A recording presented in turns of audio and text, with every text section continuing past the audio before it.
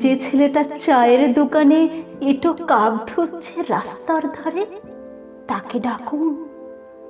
তার কানে কানে বলুন, সুজলাং সুফলাং মলয়জ শীতলাং। হ্যাঁ, বেশ সুন্দর করেই বলুন।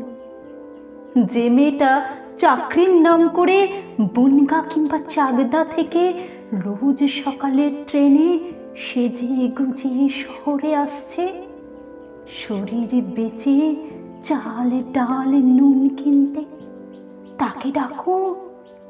তার কানে কানে বেশ সুরেলা কণ্ঠেই বলুন, সার্থক জনম আমার জন্মেছি এই দেশে।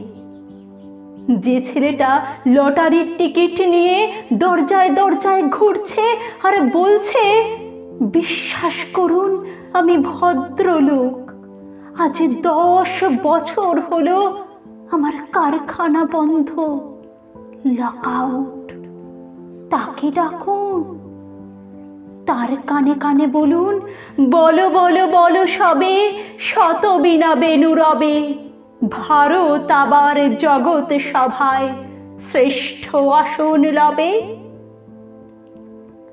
রাতের আকাশ কাঁপিয়ে অঝোর ধারায় বৃষ্টি নামলে যে মা আজ লণ্ঠন হাতে টালির ঘরের দরজায় ঠায় দাঁড়িয়ে থাকে, তার খোকন ফিরে আসবে বলে, এমনই এক বর্ষার উন্মত্ত রাতে যে খোকনকে কালো গাড়ির পুলিশ এসে ডেকে নিয়ে গিয়েছিল, আর বরানগরের রাস্তায় ভোরের ঘুম ভাঙা কুকুর প্রথম দেখেছিল যার গুলিবিদ্ধ রক্তাক্ত লাশ, সেই মাকে ডাকুন। তার কানে কানে বলুন, হাম বুলবুল হ্যায় ইসকি, এ গুলশিতা হামারা, সারে জাহাঁ সে আচ্ছা হিন্দুস্তান হামারা।